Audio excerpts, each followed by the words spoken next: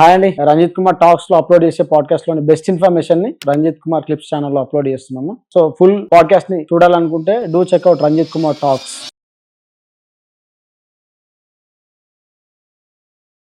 అంటే next mains sir, mains ఎట్లా ఉంటాయి సార్, ఎట్లా ప్రిపేర్ అవ్వాలి? ఫస్ట్ ఎస్ఐ ఎగ్జామ్ క్లియర్ గా మీకు చెప్తాను. ఫస్ట్ ప్రిలిమ్స్ ఉంటుంది, ప్రిలిమ్స్ తర్వాత ఫిజికల్ టెస్ట్ ఉంటుంది, తర్వాత మెయిన్స్ ఉంటుంది.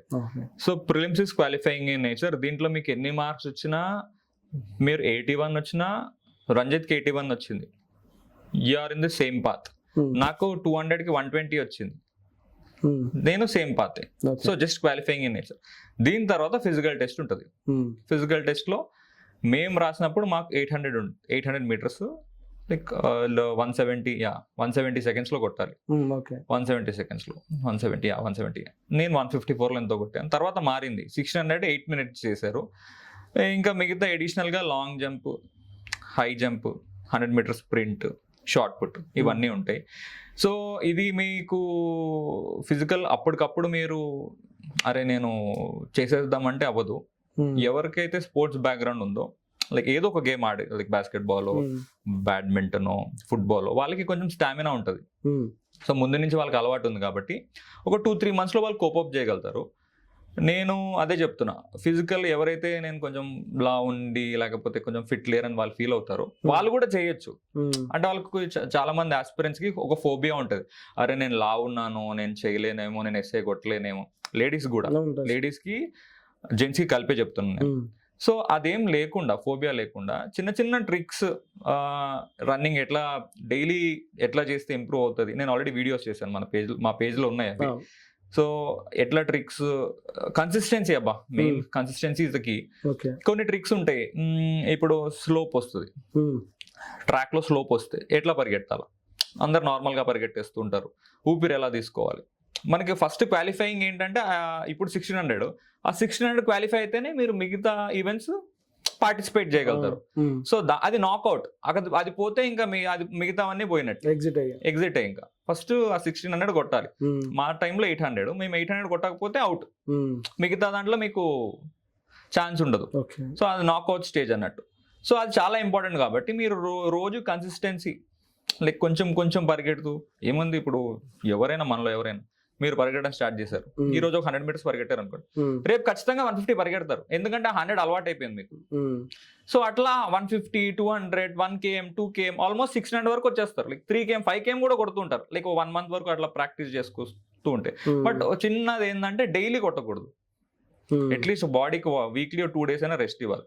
ఆ డైలీ కొట్టడం వల్ల Shin bone pains, ligament tears, అది కూడా క్లియర్ గా మన వీడియోస్ లో ఎక్స్ప్లెయిన్ చేశాను. ఒకసారి ఎవరైనా చూస్తే ఒకసారి చూడండి. నెక్స్ట్ మెయిన్స్ ఎట్లా ఉంటాయి సార్? సో ఫిజికల్ అయిపోయాక మెయిన్స్ ఏంటంటే ఇది మనకి గేమ్ చేంజర్. ఇక్కడ ఏంటంటే రంజిత్, బాగా చదివే వాళ్ళు ఉంటారు, బాగా ఫిజికల్ ఉండే వాళ్ళు ఉంటారు. ఈ ఎస్ఏ ఎగ్జామ్ ఎలాంటిదంటే, దీంట్లో యావరేజ్ ఉన్నారు అనుకోండి, వాళ్ళు టాపర్స్ అవుతారు. దీంట్లో తోపుండి లైక్ ఇద్దరికి జాబ్ వస్తుందని నేను చెప్పలేను. చదువులో కొంచెం యావరేజ్ ఉండి, దీంట్లో కూడా కొంచెం యావరేజ్ ఉంటే వాళ్ళే టాపర్స్ అవుతారు. ఎందుకంటే దీంట్లో ఫిజికల్లో టాప్ ఉన్నవాడు ఎగ్జామ్ లో క్వాలిఫై కాకపోవచ్చు, బాగా చదివేవాడు ఫిజికల్లో క్వాలిఫై కాకపోవచ్చు. సో ఈ రెండిట్లో యావరేజ్ ఉండి మెయిన్స్ కి ఎవరైతే బాగా ప్రిపేర్ అవుతారో, తర్వాత 2 క్వాలిఫై అయ్యాక వాడు టాపర్ అవుతారు. సో ఇది ఎట్లా ఉంటుంది అంటే, మీకు 400 marks ఉంటుంది ఎగ్జామ్. ఒక పేపర్ క్వాంటిటేటివ్ యాప్టిట్యూడ్, రీజనింగ్, ఇట్లా ఒక పేపర్ ఉంటుంది. లైక్ క్వశ్చన్స్ 200 marks పేపర్ ఉంటుంది.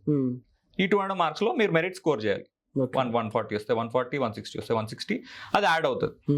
నెక్స్ట్ డే జిఎస్ పేపర్ ఉంటుంది, current affairs related, static history, polity, economy. అది సిలబస్ ఉంటుంది, మీకు నోటిఫికేషన్ లో సిలబస్ ఉంటుంది. ఆ నోటిఫికేషన్ ప్రకారం జిఎస్ క్వశ్చన్స్ ఉంటాయి. దీంట్లో 200 marks. ఈ రెండు 160 తప్పుడు మీకు 200కి మీరు మెరిట్ వచ్చింది అనుకోండి, దీనిలో 160 వచ్చింది, దీనిలో 100 వచ్చింది, 260. ఆ టైంలో కాంపిటీషన్ బట్టి, పేపర్ బట్టి మీకు ఏ స్కోర్ వస్తుందో ఆ మెరిట్ లిస్ట్ లో, మీరు సపోజ్ 300 పోస్టులు ఉన్నాయనుకోండి, ఆ 300లో ఉంటే మీకు జాబ్ వస్తుంది. తర్వాత క్యాస్ట్వి అన్నీ కూడా ఉంటాయి, కొన్ని రిజర్వేషన్స్ అవన్నీ. కొంతమంది పోలీస్ లో తెలియని రిజర్వేషన్ ఒకటి ఉంటుంది, సిపిపి అని రిజర్వేషన్ ఉంటుంది, చిల్డ్రన్ ఆఫ్ పోలీస్ పర్సనల్. అంటే ఇప్పుడు నాకు కూడా నాకు తెలియదు రిజర్వేషన్ అది ఉంది అని. సో నాకు అది వర్తించింది. మా డాడీ లైక్ ఈ కానిస్టేబుల్ నుంచి ఇప్పుడు ఏఎస్ఐ అండ్ ఇట్స్ లైక్ వారసత్వం లాగా సేమ్ అదే అంటే ఆ పోలీస్ పర్సనల్ కి జస్ట్ 1% 2% ఎగ్జాక్ట్ రిజర్వేషన్ వాళ్ళ పిల్లలకి కొంచెం అంటే మొత్తం ఇట్లా 10-20% ఏముండదు. సో 1% ఎంతో ఉండదు. ఓకే. సో అట్లా మైన్యూట్ రిజర్వేషన్స్ కూడా తెలుసుకుంటే బెటర్. సో అది నోటిఫికేషన్ మొత్తం క్లియర్ గా ఎప్పుడైనా ఏ ఎగ్జామ్ కైనా, పోలీస్ అనే కాదు ఏ ఎగ్జామ్ కైనా నోటిఫికేషన్ మొత్తం చదివితే సో ఈ క్రైటీరియాలో నేను ఉంటానా. నేను జనరల్ అయినా కానీ నాకు రిజర్వేషన్ లేదనుకున్నా. I come under OC category, నాకేం రిజర్వేషన్ లేదనుకున్నా. బట్ ఒకరు వచ్చి చెప్పారు నాకు, చెప్పి నోటిఫికేషన్ పూర్తిగా చదివితే నాకు అర్థమైంది నోటిఫికేషన్ లో ఇది కూడా ఉంది కదా అని. తర్వాత అప్లై చేసుకుని అలా సో నోటిఫికేషన్ క్లియర్ గా చదవాలి. చదివిన తర్వాత ఆబ్వియస్ గా మీకు ప్రిలిమ్స్ కి ఫస్ట్ ప్రిలిమ్స్ కి ఒక స్టిక్కర్ అంటించుకోవాలి. తర్వాత ఫిజికల్ కొడుతూ ఉంటారు మీరు డైలీ. తర్వాత మెయిన్స్ కి ఒక సిలబస్ అంటించుకోవాలి. కొంచెం కంప్లీట్ చేసుకుంటూ ఉండాలి. లైక్ మాక్సిమం టైం ఉంటుంది కదా. నా టైంలో నేను చేసిన తప్పు ఏంటంటే ఫిజికల్ ప్రిలిమ్స్ ఆటోమేటిక్గా అయిపోయింది. ఎందుకంటే నేను ముందు సాఫ్ట్వేర్ జాబ్ చేశాను. లైక్ అప్పుడు క్యాంపస్ రిక్రూట్మెంట్ టైంలో ఆప్టిట్యూడ్ అన్ని ఉంటాయి. నేను అబ్రాడ్ వెళ్దాం అనుకున్నా, జిఆర్ఈ అన్ని కోచింగ్ తీసుకున్నా. సో మ్యాథ్స్ ఇంగ్లీష్ నాకు స్ట్రాంగ్ ఉండేవాడిని నేను. సో మ్యాథ్స్ తో నేను ప్రిలిమ్స్ క్లియర్ చేసేసాను. తర్వాత ఫిజికల్ కూడా నేను జేఎన్టీలో బాస్కెట్ బాల్ ఆడేవాడిని, మాక్సిమం అన్ని గేమ్స్ ఆడుతుంటా. సో నాకు ఆ స్పోర్ట్స్ బ్యాక్గ్రౌండ్ ఉంది కాబట్టి ఫిజికల్ కూడా కవర్ అయింది. బట్ నేను పరిగెట్టాను. అది 800 meters 170 seconds అంటే అందరికి అంత పాసిబుల్ కాదు. ప్రాక్టీస్ ఉండాలి. ప్రాక్టీస్ తోనే అవింది. దీని తర్వాత మెయిన్స్ ఎట్లా ప్రిపేర్ అవ్వాలి అంటే ఇది చాలా స్లాట్స్ అంటే లెంత్ ఎక్కువ ఉంటుంది. అంటే అంత వేల మంది లక్షల మంది రాస్తారు కదా. ఫిజికల్ కి డైలీ మీకు ఒక 10,000 మంది ఎంతో పెడుతూ ఉంటారు. మీ డేట్ వచ్చేసరికి మీరు స్టార్టింగ్ లో అయిపోతే వెల్ అండ్ గుడ్. ఎందుకంటే స్టార్టింగ్ లో అయిపోయేవాడికి అడ్వాంటేజ్ ఉంటుంది. లాస్ట్ వరకు ఆ టైం ఉంటది, తర్వాత మెయిన్స్ కి ఇచ్చే టైం ఉంటది. అర్థమైందా మీకు చెప్పింది? ఒక 1.5 months ఉంది అనుకోండి. ఈ 1.5 months ఫిజికల్ టెస్ట్ అయిపోయింది. ఇప్పుడు దీంట్లో సెలెక్ట్ అయిన వాళ్ళు మెయిన్స్ కి వెళ్తారు, రైట్? ఇప్పుడు ఫస్ట్ ఎవడైతే సెలెక్ట్ అవుతాడో వాడికి ఈ 1.5 months ప్లస్ ఈ 2 months ఉంటుంది, 3 months అవుతుంది. ఈ లాస్ట్ ఉన్నవాడికి ఏంటి టైం తగ్గుతుంది. సో ఇది లక్ మ్యాటర్ మీకు ఎప్పుడు వస్తుంది అని. సో నాకు యాక్చువల్లీ లాస్ట్ కి వచ్చింది. సో నాకు ఓన్లీ ఆల్మోస్ట్ 1 month ఎంతో గ్యాప్ ఉండింది. సో ఆ 1 month లోనే నాకు సరిగా గైడెన్స్ ఏం లేకుండే. సరే నేను అబ్రాడ్ వెళ్దాం అనుకున్నా ఎట్లా వాళ్ళని, కానీ కొంచెం ప్రిపేర్ అయ్యాను. 1 month గట్టిగా సీరియస్ గా ఫోన్ అన్ని పక్కన పెట్టేసి, అంటే లైఫ్ చేంజింగ్ డెసిజన్ అంటారు చూసారా. ఇప్పుడు అబ్రాడ్ వెళ్ళాను అనుకోండి ఫర్ సపోజ్, మేము మిడిల్ క్లాస్ ఫ్యామిలీ. మా డాడీ లైక్ అంటే అప్పుడు ఆ టైంలో హెడ్ కానిస్టేబుల్, ఒక 40-50 lakhs ఖర్చు పెట్టించా, లోన్ పెట్టించో ఇట్లా. అది బెటరా 1000 rupees అప్లికేషన్ తో జాబ్ కొట్టడం బెటరా? 1000 rupees తో బెటర్. అండ్ అంటే అఫ్ కోర్స్ ఇక్కడ శాలరీ ఎక్కువ ఉంటది, లగ్జూరియస్ స్టేటస్ ఉంటది, దేనికైనా ప్రోస్ అండ్ కాన్స్ ఉంటాయి, రైట్? సో దీని ప్రోస్ తో పోలిస్తే దీని ప్రోస్ కొంచెం బెటర్ అనిపించింది. సో మా పేరెంట్స్ దగ్గర ఉంటా. సో వాళ్ళకి ఏమన్నా ఇప్పుడు ఎవరైనా ఇప్పుడు ఆల్మోస్ట్ 30 ఉన్నప్పుడు వాళ్ళ పేరెంట్స్ కి హెల్త్ ఇష్యూస్ వస్తాయి. So I should be near to them. Like when ever availability ఉంటే నేను ఉండాలి కాబట్టి సో వాళ్ళ దగ్గర సో ఆ డెసిజన్ తీసుకున్నా. ఇంకా సో సాఫ్ట్వేర్ జిఆర్ఈ అన్ని వదిలేసి ఆ డెసిజన్ తీసుకొని సో అలా మొత్తానికి అయితే జాబ్ కొట్టడం జరిగింది. ఆ 1 month ఏంటి నాకు ఏం గైడెన్స్, నేను సొంతంగా స్టడీ రూమ్ తీసుకున్నాను, ఫోన్ పక్కన పెట్టేసి డైలీ ఎట్లా ప్రిపేర్ అవ్వాలని కూడా మన వీడియోలో చెప్పాను నేను ఎట్లా చదివాను. 4 hours is enough. 4 to 5 hours ఎక్కువ అవసరం లేదు. అంటే అందరు గంటలు చదువుతుంటారు. 2 hours ఒక సబ్జెక్ట్, 200 marks, ఇంకో 2 hours ఇంకో సబ్జెక్ట్, అంతకు మించి ఏం అవసరం లేదు. నేను చేసిన తప్పు ఏంటంటే నాకు ఇంకా బెటర్ స్కోర్ ఎందుకు రాలేదు అంటే నేను మార్క్స్ రాయలేదు. మాక్ టెస్ట్ అని ఉంటాయి. లైక్ ప్రాక్టీస్ టెస్ట్ రాస్తే కొంచెం ఓవర్ కాన్ఫిడెంట్ కూడా ఉండకూడదు. మనం ఈ సబ్జెక్ట్ లో నేను చెప్పాను ఈ సబ్జెక్ట్ లో స్ట్రాంగ్ ఉంది కదా మనకు వచ్చేస్తుంది అంటే లైక్ బోల్తా పడతాం. మనం దేంట్లో స్ట్రాంగ్ ఉన్నా కానీ ఆ మాక్ ఇస్తే టైం మేనేజ్మెంట్ తెలుస్తుంది. ఈ ఎగ్జామ్ లో ఈ క్వశ్చన్ నేను చేయలేకపోయాను. ఇప్పుడు 200 questions అని చెప్పాను కదా మీకు. 100 questions ఎంతో ఉంటాయి, 100 questions ఉంటాయి. 100 questions లో మీకు చిన్న క్వశ్చన్స్ కొన్ని ఉంటాయి.